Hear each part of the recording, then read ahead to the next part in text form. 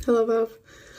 Oce, da ni wedi cael pedwerydd diwrnod heddiw, diwrnod ola gynhadledd heddiw. Fi eisiau mewn sesiwn efo Adrian Underhill. A dwi ddim yn mynd i siarad am y sesiwn yna, achos mae Adrian Underhill yn wych beth bynnag. Chwiliwch amdano fo. Gwaith ynganu. Gret, os ydych chi eisiau gwybod mwy am gwaith ynganu. Ond fi eisiau mewn sesiwn arall am... Wel, the teitl y sesiwn o'r ddisgrifio ddim cweit yn cyfateb efo be oedd cynnwys y sesiwn. So, oedd y ddynas yma'n sôn am sgil benodol, cysyniad o responsiveness. So, fatha, be fysa ni ddweud, ymatebolrwydd, mae'n debyg, sut ti'n ymateb i bethau yn y foment. Gwyd hi'n siarad am hwn, fatha bod o'n rhywbeth newydd bron iawn. Ac o'n i'n meddwl, tybed ydy tiwtoriaid newydd sy'n gwneud cwrs. Ti'n fel tiwtor newydd, ti'n canolbwyntio gymaint ar, oce, be dwi'n gorau wneud yn y wers yma, be dwi angen wneud yn nhw ddysgu, trefnu amser, ti'n mae gen ti gynllun gwaith, gynllun gwers ag ati. A mae'n anodd ymlacio a bod yn yr lle yna, lle ti'n gallu ymateb yn y foment i bethau sy'n codi. Dwi'n meddwl bod hwnna'n rhywbeth sy'n dod efo profiad.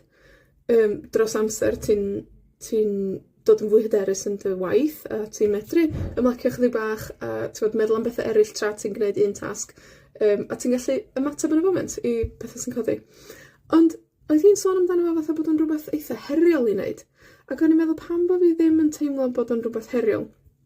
Ac o'n i'n meddwl, dydy ymatebolrwydd, neu responsiveness, dydy o ddim yn rhywbeth penodol i addysgu iaith.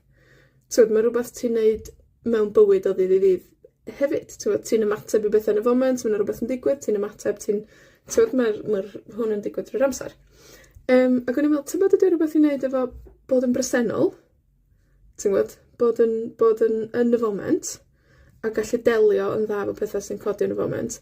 A hefyd, o'n i'n meddwl, profiad gweithio un i un. A mae gen i dipyn o profiad gweithio fel tiwtor un i un. A dwi'n meddwl, be mae profiad un i un yn rhoi i chdi, yn enwedig os ti'n gweithio ar platfform ar-lein, er enghraifft, lle ti ddim yn nabod y dysgwyr sy'n mynd i ymddangos ar y sgrin. Ti ddim yn gwybod pa lefel dyn nhw. Ti ddim yn gwybod be maen nhw isio.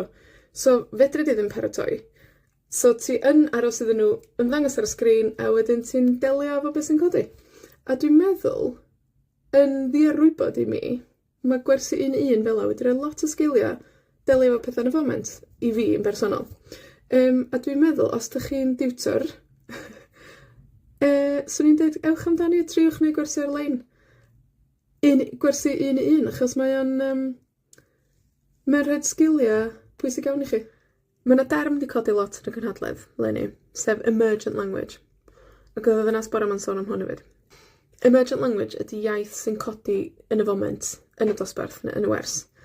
Dim yr iaith darged, so ydych chi fel tiwtor, mae gennych chi'ch iaith darged, sef yr iaith ydych chi'n addysgu i'ch dysgwyr, yr iaith ydych chi'n trio cael allan ohonyn nhw.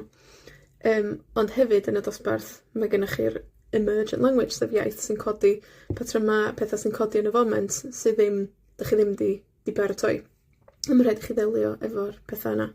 Dio ddim yn rhywbeth i boeni amdano fo, na i'w drio reoli, fel o'n i'n teimlo oedd hi'n trio bore yma fatha bod o'n rhywbeth, rhywbeth ti'n gwybod beth wneud efo. Mae'n rhywbeth ofnadwy o bwysig, a mae'n rhywbeth ddylan ni roed lle iddo fo ddigwydd yn y dosbarth. Achos dwi'n meddwl bod dysgwyr yn dysgu'n well pan maen nhw'n codi iaith, ac mae'n rhywbeth lot mwy organig, ydy'r gwir. Ond maen nhw'n dysgu'n lot gwell, dwi'n meddwl, pan mae'r iaith maen nhw'n dysgu'n rhywbeth maen nhw'n godi hunan, yn hytrach na rhywbeth da ni'n rhoi arnyn nhw. Dwi'n gwybod, beth ydych chi'n meddwl? Ydych chi'n diwtor? Sut ydych chi'n teimlo am responsiveness? Pa mor gyffyrddus ydych chi'n teimlo? Pa mor barod ydych chi'n teimlo i fedru ymateb i bethau yn y foment? Ac os ydych chi ddim yn teimlo'n barod, pam ddim?